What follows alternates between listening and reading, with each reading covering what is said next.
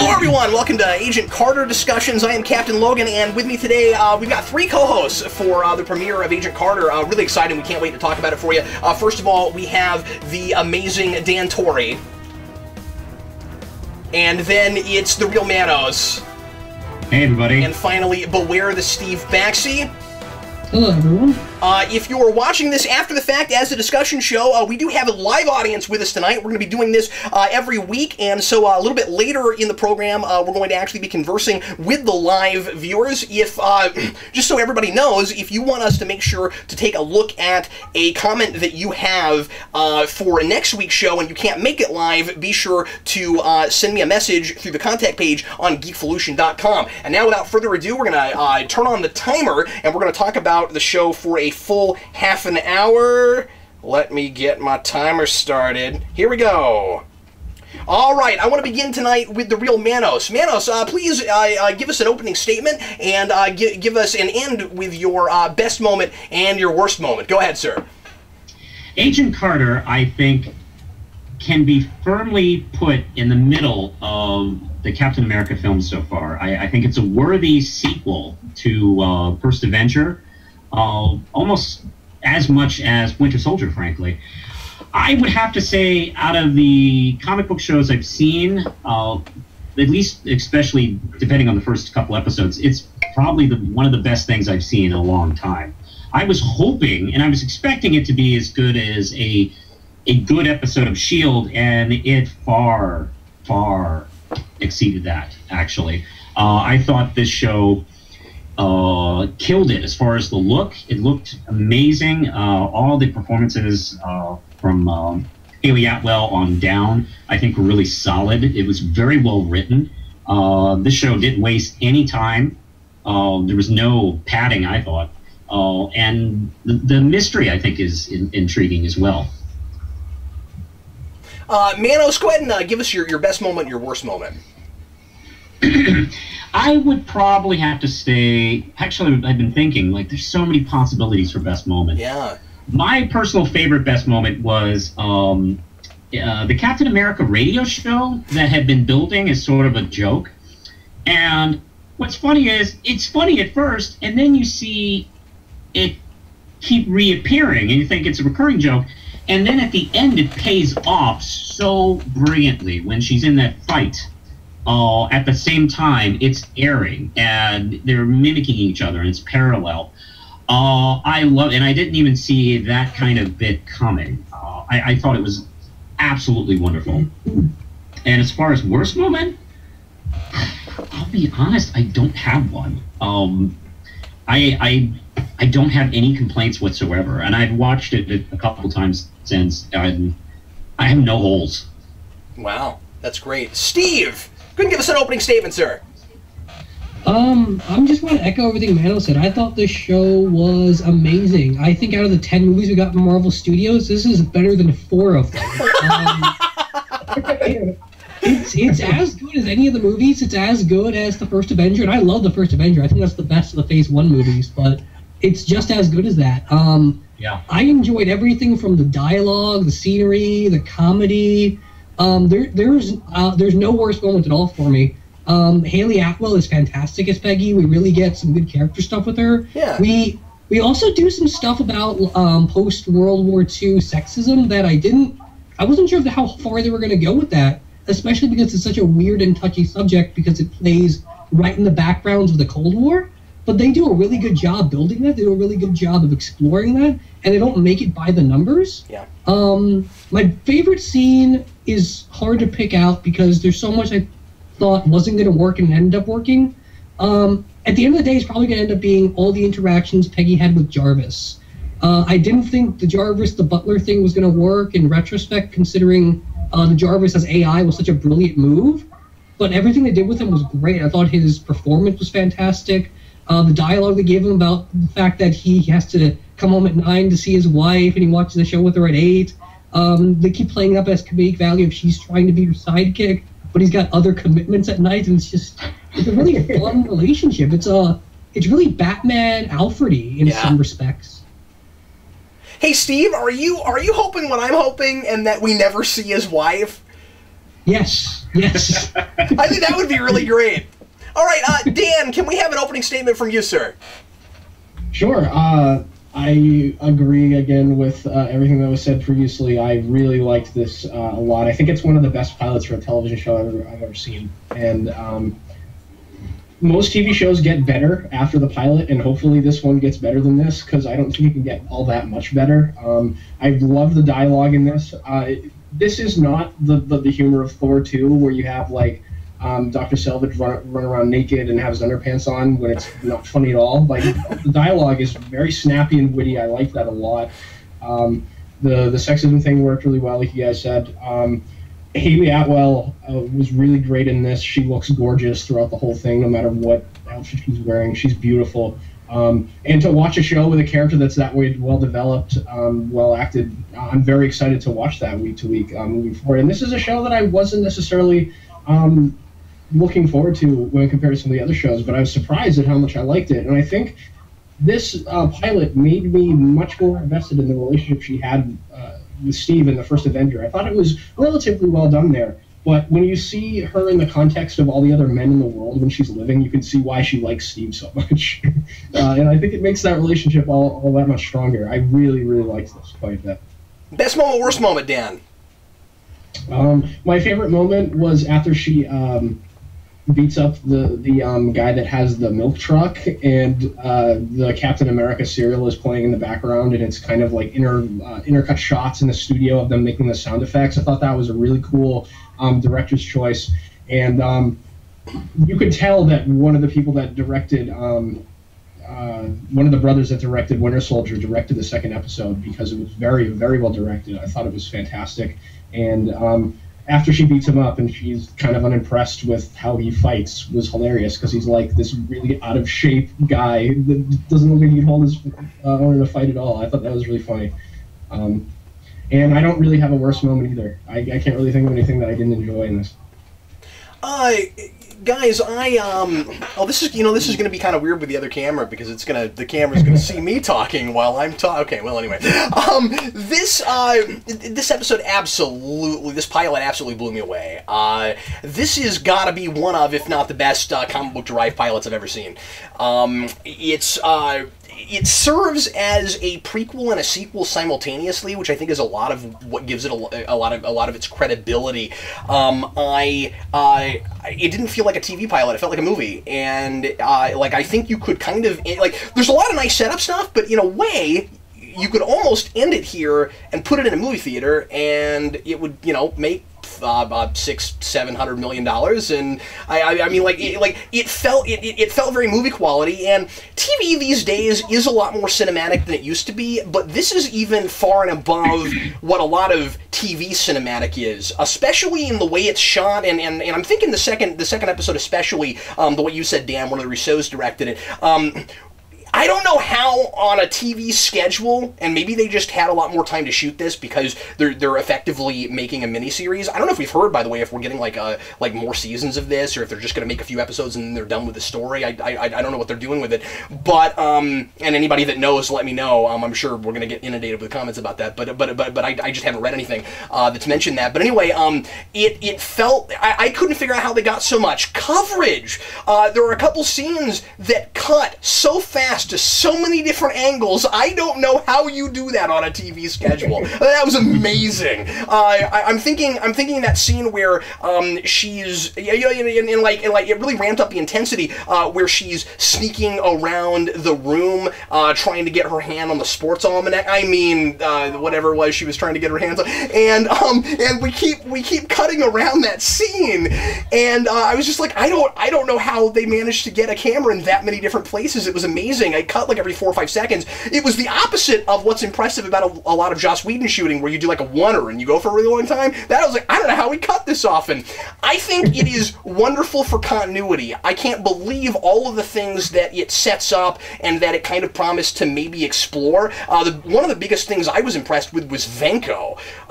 Whoa, I didn't see that coming. And at first I heard the name and I went, oh, I recognize that. What is that? And then when I realized what it was, I was like, oh my goodness, we're gonna gonna go there. That's amazing. Roxanne set that up already and blew it up simultaneously. That's pretty cool. I've always liked, I can't remember his name, but I always like the actor who's playing the head of Roxanne. I think that was a great get, and I think that that guy.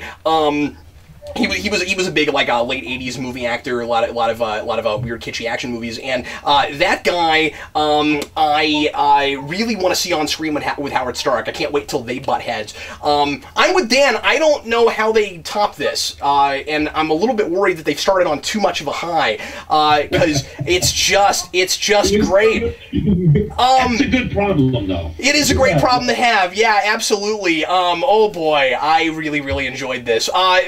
My best moment has got to be the guy, the comedy mileage they got out of the guy with the chair strapped to his behind. When he's running down the road, my wife and I were cracking up already, and then the truck stops and he sits down next to it to take a break. One of my favorite things about this episode that I forgot to mention was how accurate all the period stuff was, and I kind of expected it to be, because I thought they got all of that stuff done extremely well in the first Captain America movie. I thought in First Avenger all the period stuff was great, but seeing everything on kind of a smaller scale, where we're going into, like, 40s era diners and listening to 40s era music and the cars and everything, just the everyday life of kind of what it's like to live in the 1940s, it was really well done. All of the furniture, all of that. Everything looked really 1940s. That diner Mad Men's a show I like a lot, because it's about the society of the 1960s. I just started watching that recently. It's a really good show. Yeah. And I think this show gets the period that it's in just as well as that show. And I think that's pretty high praise, because Mad Men is really good with that stuff. That diner was a part automat, and I thought that was a really cool choice. My worst moment, and I actually have one, guys. It's not a big deal, really, but you get to the end, and she's had her character arc, and she's decided through the conversations she's had with Jarvis that maybe she really does need to have a personal life. And by the way, I like that she's all about using Steve Rogers as an example and realizes that he was a real person too. I thought that was a great choice, and I bought it. But you get to the end, and she decides, in order to have more of a personal life and get close to a real human being, that she's going to move into an apartment with a 10 o'clock curfew. Gee, what could possibly go wrong? I get why she wants to get closer to people and that she's going to take that risk, and I appreciate that. But I thought that was going too far. I thought she would have immediately been like, "Oh yeah, you know what? I'll find some other way to get close to human beings. Maybe this is not the best choice." That's my worst moment, if I had to pick one. Fair enough. Let's go ahead. It's also going to be footnoted on whether or not they use it as unnecessary drama or conflict. Say that again. I feel like that could also be footnoted on whether or not they use it as unnecessary drama or conflict. Like, if there's no episode that makes use of the fact that it's a 10 o'clock curfew, then it would still be okay. Yeah, but you know they'll do that. I thought that was too much of a setup for giving her, like, forced, like, human problems, and I hope they don't get too much mileage out of that. I mean, like because they did kind of the joke of, like, oh, this lady is nice and harmless, and then she was like a total jerk phase, and I was like, oh yeah, I don't know, maybe this is going to be kind of forced comedy. Okay, everybody that's watching live, this is the time for you to start asking questions and leaving your comments about how you felt about the episode. We're going to talk amongst ourselves some more about it, and we will periodically start answering your questions and talking about them until the timer goes off. Before we get into some random things, let's go ahead and do the other categories. Did anybody have a favorite quote?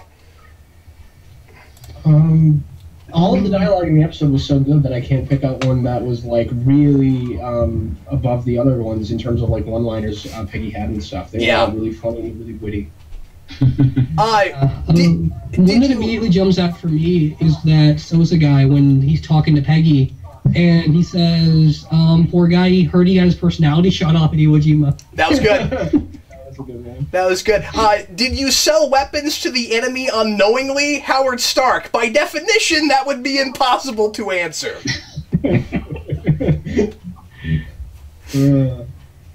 Stark was great in this too. There were a lot of them. I want to mention some more that I really enjoyed because I thought the script was really super witty, and I didn't write down nearly as many as I could have. Good Lord, this is a quotable show. That's why I almost wish it had been put out in a movie theater because I think more people would quote it that way.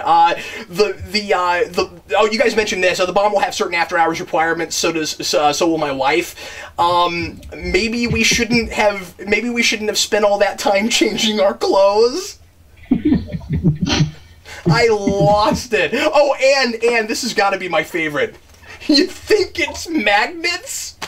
I love how much of an idiot that guy was. There was my favorite scene was with him. It was a subtle thing when they were sitting having that meeting in the meeting room, and he just has mustard all over his shirt, and no one acknowledges it. I was like, that's the kind of guy that he is. That's hilarious. Hey, real quick, I'm sorry, Manos. Could you turn your speakers down a little bit? Because we're echoing a little bit, and I think it's because of your laptop speakers. Sorry. There we go. Either that or headphones. Okay, cool. I think that's better. Thank you very much. All right. Next, did anybody else have any more quotes you wanted to mention? Okay, any comic references we should throw out? Obviously, tons of things informing the movies. I want to say there's stuff informing nearly everything. We got the Roxxon thing. We've got Venko. We've got stuff informing. Winter Soldier and the beginnings of S.H.I.E.L.D. We've got lots of stuff for First Avenger. Steve, Dan, Manos, did you guys catch any direct comic book references? I don't remember any outside of the ones we've already discussed. How about you, Steve? There's a really cool She-Hulk reference in the dialogue. Is there? Really? When they go to visit that new apartment place that we're talking about, that woman, Angie, mentions that this woman works as a secretary for Goodman, Kurtzberg, and Holloway, and that's She-Hulk's law firm. Oh, cool! Wow. And there's also some fun callbacks to the movies, just on production level. Like the guy that plays Sousa, that vet that Peggy really likes, he's the same actor that plays the police officer that Cap talks to in the Avengers. And then there's that scene in First Avenger where Cap uses a cab door as a shield when he first gets the formula. And that Cap, that Lucky Star cab, is running around the city constantly. Yeah. Good call. I didn't think of that, but now that you mention it, yeah, that's cool. This thing is amazing for continuity, in informing so much stuff. And I'll go so far as to say that I think Agents of S.H.I.E.L.D. would probably like more people would trust that show and appreciate it if this had come out first. I really kind of think, and there's really no reason it couldn't have, except they just didn't put it together yet. But I will say that this maybe informs S.H.I.E.L.D. a little bit too here and there, just by extension with Winter Soldier. But I wonder if maybe they shouldn't have held their cards to their chest and just waited until now to put anything on TV. I mean, you could, you might as well put this show out and call it Agents of S.H.I.E.L.D. I mean, it's not S.H.I.E.L.D., but you know what I mean.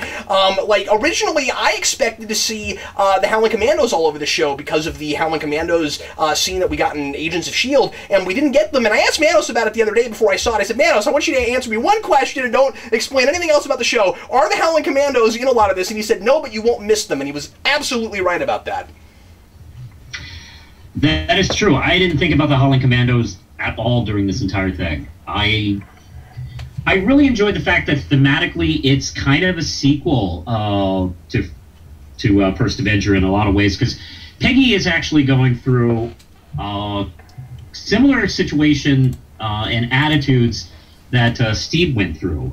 In that, in First Avenger, Steve has to deal with the fact that he's being bullied basically by bigger and stronger men, and it does kind of create this attitude he has. Once he becomes the super soldier, he never forgot that, and he never forgot to be humble. Carter does not have that same kind of advantage. She lives in a world dominated by men. Also, since they're coming back from war, they're basically retaking their position. So she she doesn't have any magic pill that makes her a dude, so it basically is something she has to live with. And think about the first film. The best. She is fighting the Red Skull and his forces along with Captain America and the Holland Commandos, saving the world. Now, what is she doing? She's getting coffee for much less talented agents, and much less experienced than her, because of because of being a woman, and because of the post-war era, which I think this metaphorically tells that story very well, and it's just absolutely fantastic the way it's all put together that way. Yeah, I mean, I think the sexism is handled really well. Johnny Torres just said the same thing. I like how tastefully done that is. I like that it's not preachy about it. It isn't. I feel like it's handling that well in the period and not trying to apply too much of modern expectations to that. So it's informed by modern expectations, but it's not like suddenly at the end of the episode all the men are like cool with the woman because they're supposed to be, or we're not throwing around the same kinds of terminology that we would about that now. And I like that that although she hates all of that and she's kind of worried about what it says about her, that she's not able to be in the high stature that she really deserves. She also is level-headed enough and has enough self-control that she's able to use that to her advantage. She takes advantage of the fact that the men don't treat her as an equal and don't take her seriously all the time. And there's a lot of great comedy mileage that's taken out of that. I thought I would hate the thing with her stabbing the guy with a fork, and it was one of the best moments in the episode. I thought it was great. I love that, and really surprised. I was watching that with my wife, and she absolutely loved that. Yeah. Let's try to answer a few questions from the chat here. I should mention that it's doing that thing that I always used to have the issue with chat windows, where it jumps down really fast. So hopefully I can answer some things. Somebody wanted to know. Oh, who was it? Somebody wanted to know if we think that we will see Silver Age superpowers in this show. What do you guys think? Will there be any superpowered people in the show? If you did it, you've got to cover it up, but it's a spy show, so I think anything is possible. I wouldn't have expected Implosion Machine either, so I don't know. What do you guys think? I don't... possibly. I think they'll have, like, sci-fi tech stuff like the S.H.I.E.L.D. show does quite a bit. Sort of like the Hydra tech and the stuff that Howard Stark invented. Obviously, it's going to be stuff that doesn't actually exist. I mean, maybe we'll see superpowers. That would be kind of cool if we saw glimpses of some of the Golden Age Marvel characters, like the android Human Torch or something like that. I think that would be cool. Yeah, I mean, he's already been placed in the first Avenger movie. Right. So I think it would be cool to do stuff like that, especially, since there's no real chance of seeing the Human Torch in the Marvel Cinematic Universe, like the Fantastic Four one, anytime soon, because Fox is making that movie. So I think that would be very cool. AMC Comics wants to know if we think it would be cool to see Nick Fury's father perhaps resembling the original 616 version. That'd be cool. That would be cool. I could see it, especially because that's comic book now. That the more ultimate looking version is the son of the one that we're used to seeing. So yeah, I could see that. That might be fun. You think they'll bring back Hasselhoff? No, I don't. Manos is like, that's the worst idea ever. Wait, is Curious Low here? Okay, I'm sorry, real quick. We got it. Hi, Curious Low. It's good to see you. Hey. Curious Low was a contestant in Who Reviews the Reviewers, and haven't a couple years ago, and I haven't seen her in a long time, and it's so good. Anyway, hi. Okay, let's see what else people have to say. We have a lot of folks here. Welcome, everybody.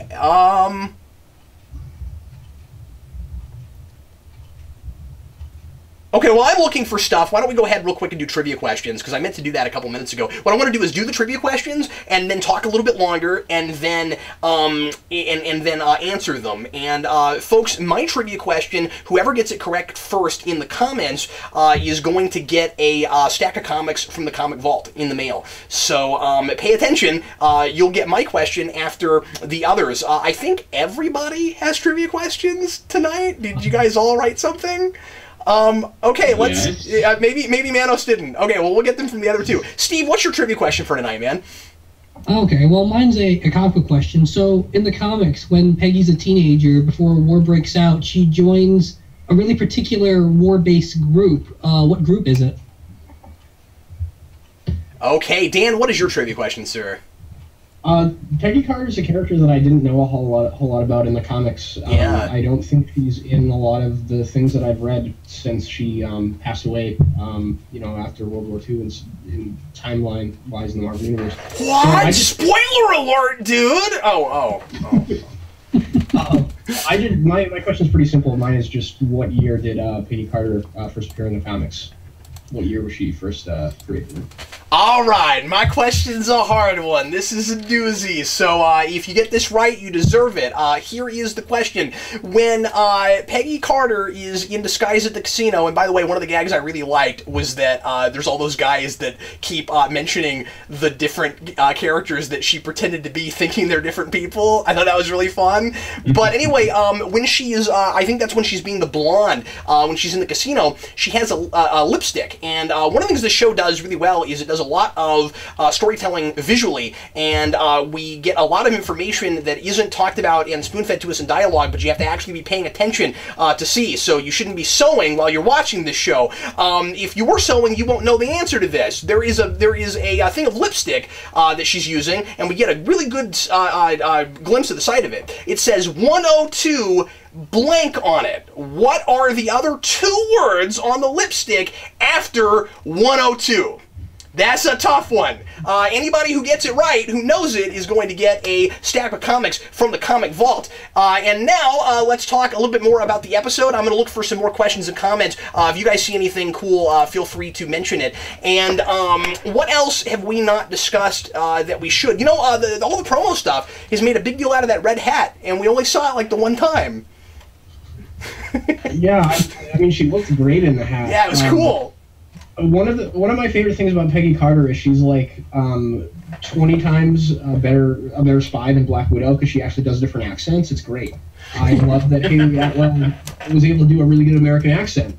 She was really she was very good at it. I'm going to go as far as to say is how she is able to infiltrate that club, and the other agents, they walked in and they got pegged immediately the second they walked in.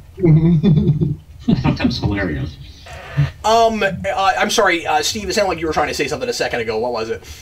I was just saying, with the accent, they're varied. So the Milk Lady and the Blonde, they're both American, but they sound nothing alike either. That's a great point. Steve, would you agree with me if I were to say that she is as good with the American accent and sounds similar to Yvonne Stravosky? Yes, because there was something really familiar about that when she was wearing the blonde wig. Yeah, reminded me a lot of Yvonne Stravosky. She certainly does work like that. Okay, what else, guys, should we bring up that we've not talked about? Oh boy, Steve. Steve, you haven't talked a lot. How prominent a role Jarvis played in this? Yes, and I'm so glad that he did, because he is a perfect sidekick. I was a little bit worried that we might have like a muddled up ensemble cast, and this is about Agent Carter, and she's got the one sidekick, and he's really fun and interesting, and there's a lot of places for him to go. He reminded me a little bit of Anthony Stewart Head in Buffy. A little bit. Yeah, good call. You know what? Yeah, they did avoid the problem with S.H.I.E.L.D. by having, like, 12 white guys who look alike and sound alike talking to each other. Yeah, they kept it classic. They kept our characters very unique. We have two British characters saving America, which is hilarious. That's a good point. And it actually... I was happy that, you know, one of the things I never really loved, well, I don't was that the Jarvis was never a person. He was always this computer program. And now, just with his existence in the show, means that either Tony or Howard cared so much about Jarvis that they missed him. They created this computer program based on him. Yeah. That's really interesting. I'm excited to see how much of Howard Stark informs Tony as we get to know more about him. And I liked how his presence was felt through the whole episode, but we got very little of him. I mean, they're it's hard not to think about both Tony Stark and Howard Stark throughout the whole episode, and kind of the similarities and differences between them. And I talked a lot in my rewind about First Avenger, about how Captain America and Iron Man inform each other a lot. And they're kind of two sides of the same coin, kind of foils for each other, which obviously they're going to play really hard in the Civil War. And I kind of feel like we're going to get even more of that with this show, even though one of those characters is frozen in ice and one of those characters doesn't exist yet. What's really cool about Howard right off the bat is that when we get him in this episode, it's Iron Man 2 Tony, with being in front of that Senate hearing and talking about weapons and such, and whether or not he's being a traitor to his country. And he plays it almost exactly like Downey does, but it's more 40s, it's more reserved. And then when you go to Iron Man, and when I did my review for that movie, there was this hint of Tony being extremely nostalgic and denying it. So he's constantly talking about his father, mentioning his father, and has things from his father that he says he doesn't care about, but yet it's there. And Jarvis being the key component to that, where Jarvis is the guard in the hard drive and the guiding machine behind the suit, but he never admits that Jarvis is also a person, and he probably knew Jarvis in real life. Well, folks, that sound means that we are all out of time. We didn't answer nearly as many questions and comments as I would have liked to, although there's a lot of talking about other things and making jokes and things in the comments right now. One person said that the red hat is the origin of the of Frank Miller's hat, and another person keeps asking how a Soundwave keeps asking how he can skip to Gotham, which it's a live show, so you can't do that. Let's go ahead and give the answers now to our trivia questions. It looks like nobody has gotten mine, so I might be nice and offer a giveaway later in the show, since I wasn't able to give away anything with this. I'm just like that. So anyway, let's go ahead and get the answers to the trivia questions. Hey Dan, what's the answer to your trivia question, sir? The answer to my trivia question is 1966. 1966. A couple people, I think, actually got that in the comments. Boorat got that. Good job, Boorat. Yeah, sure you didn't just wiki that. Yeah. Tales of Suspense, I believe. Cool. Steve, what's the answer to your trivia question? My answer was the French Resistance. The French Resistance. It was great if anybody's like just now tuning in, they're like walking into this. And the answer is the French Resistance. That's the key, guys. You thought it was 42. No, it's the French Resistance. World War II History Live. I don't think nearly as... Oh, man. Just before I gave the answer to the trivia question, just before Boorat got it. Boorat's got it. Yay, good job, Boorat! Give it to him. So, wow. I don't know how he came up with that. If he looked it up somehow, he totally deserves it, because I don't know how he did that. All right, so did somebody else? Wait, did somebody else have it? No, it looks like it was just Boorat. Okay, if I missed it and somebody else had it before that, make sure I know. Anyway, okay, so the answer to my trivia question was she had. Wow, Boorat, how'd you find that on Wiki? Okay, whatever. Agent Carter had a lipstick, and on the side of the lipstick it said 102 Sweet Dreams. That's what it said. Sweet Dreams are made of these, and who am I to disagree? So, Boorat, you get a stack of comics from the Comic Vault. Congratulations! Yay! Good job, Boorat. There should be more applause, but that's cool. Okay, so So good job, Boorat. And folks, that is going to be it for us for Agent Carter. For the live show here, we're going to move on to Gotham. For you folks who are watching this after the fact, thanks so very much for watching.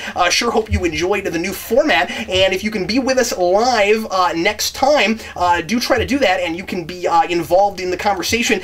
We will be appearing once again for I almost said Final Crisis. That would imply it was the last time we did this. You can see us next week for Primetime Crisis Live at I think we're going to try to do it an hour earlier, so 8 o'clock. But I'll make that official later on, 8 o'clock Central Time on here on Geekvolution on Sunday night next week. Thanks for watching. We sure appreciate it. I'm Captain Logan. This was Dan Torrey, the real Manos, and Steve Baxi, and we'll see you again next time.